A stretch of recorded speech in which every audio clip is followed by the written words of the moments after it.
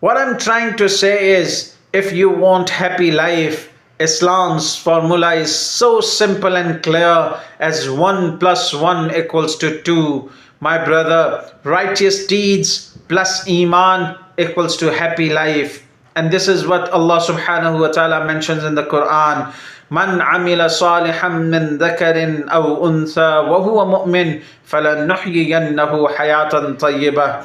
Righteous deeds plus Iman, Allah is going to bless you with a good life. Hayat Tayyiba means happy life, good life, enjoyable life. Yes. And don't get deceived with this ayah that we are going to do good deeds and we are going to get the fruit in the akhirah. No doubt you're going to get the reward.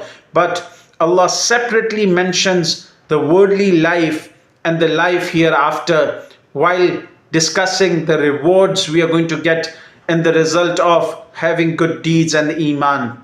من عمل صالحا من ذكر أو أنثى وهو مؤمن فلنحيينه حياة طيبة is all about worldly life. ولنجزينهم أجرهم بأحسن ما كانوا يعملون. And this part of the